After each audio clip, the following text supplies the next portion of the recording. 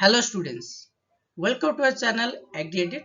I am Alok and I am dealing with the subject agronomy. Last class we have discussed about the soil moisture constants. I hope आप सभी ने वो video देख चुके होंगे अभी तक. ओके अगर आपने अभी तक वो वीडियो नहीं देखी then visit our channel and watch that video because that is the most important lecture. Today in this class we are going to discuss about delta, duty and base period. Okay, this is one of the most important terms or chapter. Okay, used to come one or two question in the exam. Okay, and in 2023 one question used to come from this part. That's why I feel that we should discuss this important chapter.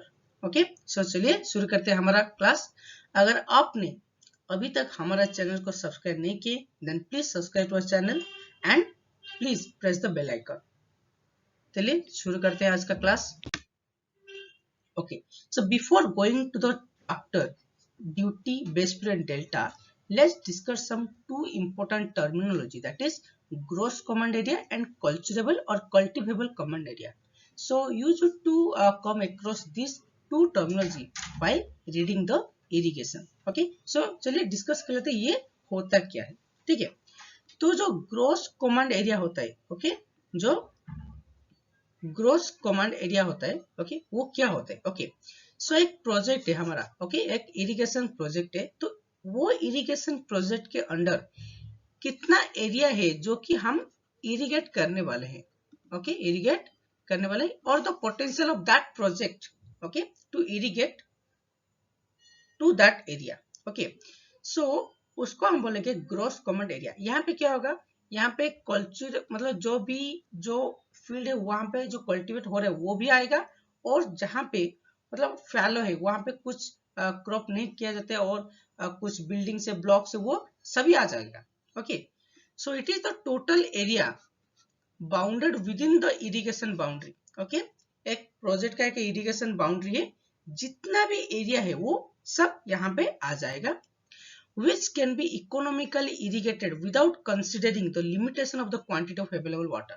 Okay, हम limitation को consider नहीं करेंगे यहाँ पे, और जितना भी area है वहां पे हम इकोनॉमिकली इरिगेट कर पाएंगे. उस एरिया को हम बोलेंगे gross common area.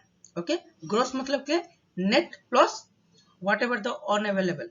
Okay, net plus whatever the unavailable, उसको हम बोलेंगे ग्रोस कॉमन एरिया. ठीक है, समझ में आपको.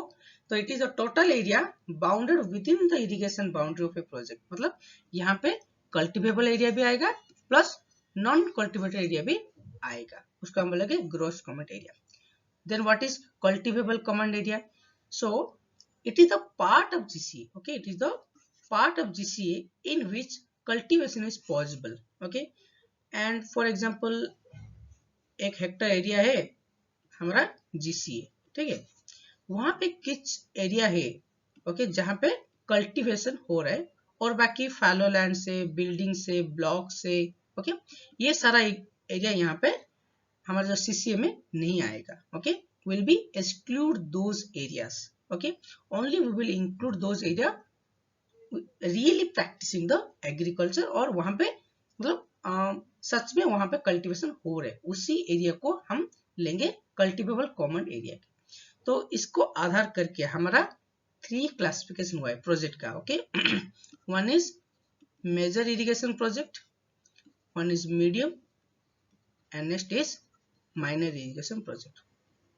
जो मेजर होता है वो ग्रेटर देन 10,000 हेक्टर का होता है, मीडियम होता है 2,000 टू 10,000 हेक्टर, एंड माइनर का लेस देन 2,000 हेक्टर होता है.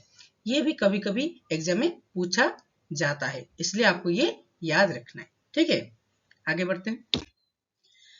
So now the actual topic of today's class will discuss what is base period, duty and delta. So before going to discuss about base period, we should know what is crop period. Crop period बहुत ही आसान है, मतलब it is the duration of any crop in days. Okay, it is the duration in days from sowing to or planting to crop to maturity. Okay, हम एक crop का जो sowing करते हैं, ओके, जिस दिन हम सोइंग किए उस दिन से लेकर हम जब हार्वेस्ट किए मतलब मेच्योरिटी तक। इस जो जितना दिन भी लगता है सोइंग टू मेच्योरिटी, उसको हम क्या बोलते हैं, क्रॉप पीरियड। कभी कभी ये इजी क्वेश्चन जब आपको कोई पूछ लेता है ना, तो you will be confused. Okay, so you should understand what is crop period. Date of sowing to the date of maturity is called as crop period. Then what is base period? Base period is related to the irrigation here. Okay, so it refers to the entire duration of the crop. Okay, means sowing to the harvest. Okay, you can see it refers to the entire duration of the crop in days. Okay, यहाँ पे दिन में देखा जाता है. Okay, from the first irrigation. Okay, from the first irrigation for preparatory cultivation. Okay, मतलब आप जब सॉइल को प्रिपेयर कर रहे हैं, मतलब हम सोइंग करने से पहले, जो for example in paddy we need to go for puddling operation, तो वहां पे भी कुछ वाटर लगता है. For example for puddling operation we need at least 200 mm of water. Yes or no? So from this thing means from the day of irrigation or preparatory cultivation to the last irrigation. Okay, so usually for any crop we need to go for 4 to 6 irrigation, और sugar cane के लिए थोड़ा ज़्यादा 8 to 10 irrigation या 12 irrigation हम जाते हैं. Yes or no? For example wheat को 6 irrigation is required. So first irrigation to the last irrigation, उसको हम बोलेंगे that period we call it a base period. Okay, समझ में है?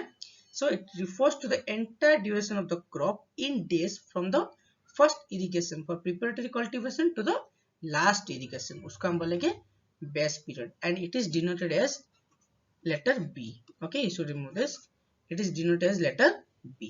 Then let's discuss what is delta. Okay, so बहुत ही simple है. Delta मतलब क्या है? Depth. Okay, depth of irrigation. Simple सा language में. डेल्टा मतलब आपके दिमाग में आएगा डेप्थ. ओके, बेस पीरियड मतलब it is the duration of irrigation from first to the last. Delta means depth.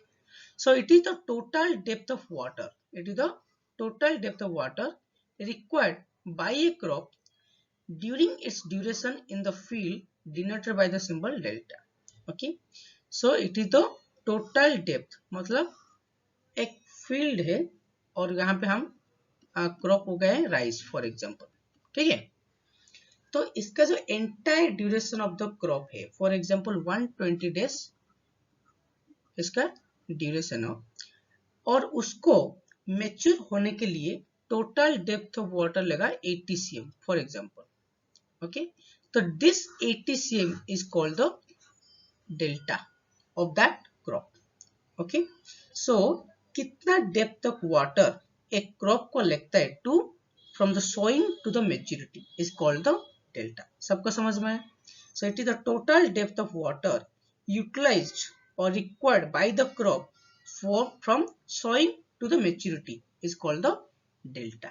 Okay, so we can calculate by dividing the volume of irrigation water by the area irrigated. Okay, हम कितना पानी दिए is called volume. Okay, divided by area. Okay, divided by area. Okay, so volume obviously in meter cube होता है. Okay, and area is in meter square. Okay, so we will get in meter. Okay, so meter is in depth. Okay, कितना गंभीरता के साथ हम पानी दिए. ठीक है, so delta मतलब volume of irrigation water divided by area irrigated. Okay, for example I have discharged 1000 meter cube of water to be irrigated in 1 acre. 1 acre, so divide कर दो 1000 divided by 4000. 1 acre is 4000 meter square. Yes or no? So you will get around 0.25 meter. ठीक है, तो around 25 cm is the depth of irrigation. Okay, ऐसे calculate किया जाता है. It is also expressed in hectometre. You can express in hectometre और in million cubic metre, मतलब बड़े नंबर में. ठीक है, सो यहाँ पे क्वेश्चन दिया है. Okay, if a crop of 120 days okay is irrigated at 12 days interval, मतलब हम कितना इरिगेशन दिए, 10 इरिगेशन दिए with a 6 cm depth, okay, with a 6 cm depth of water at each irrigation, मतलब multiply 6, the delta for the crop is 60 cm, okay, delta is 60 cm. 120 divided by 12, we will get the number of irrigation, multiply with the depth of the irrigation 6 cm. So total depth कितना हुआ, 60 cm, okay. Delta कितना, हमने बोला था delta मतलब total depth of water from the entire duration, okay. यहाँ पे entire duration कितना है, 120 डेज. कितना दिन के इंटरवल दिए, 12 days. So number of irrigation कितना है यहाँ, 10, ओके. और ईच इरिगेशन में हम 6 cm डेप्थ दिए, तो मल्टीप्लाई 6, तो आ गया 6 cm आपका आंसर. ठीक है, आप कर पाएंगे. अगर any doubt you can ask me in the comment section. I will reply on you. Okay, I will reply that. Next is duty of water. Duty of water means water का duty मतलब कितना area, okay. Water का duty मतलब water हम कहाँ पे देंगे, field में देंगे, ये सुनो, तो कितना एरिया ये कवर करेगा. सो ड्यूटी मतलब एरिया, ये आप याद रखिए, ड्यूटी मतलब area. So it is the ratio between the area of crop irrigated and the quantity of water supplied to the crop, okay. हम कितना एरिया कवर किए एंड हम कितना वाटर, ओके, वाटर सप्लाई किए चैनल से, okay, इसको हम बोलते हैं duty, okay. Otherwise it can also be defined as the area irrigated per cumec of discharge running for base period B. Base period B मतलब for example 120 days का duration है, okay.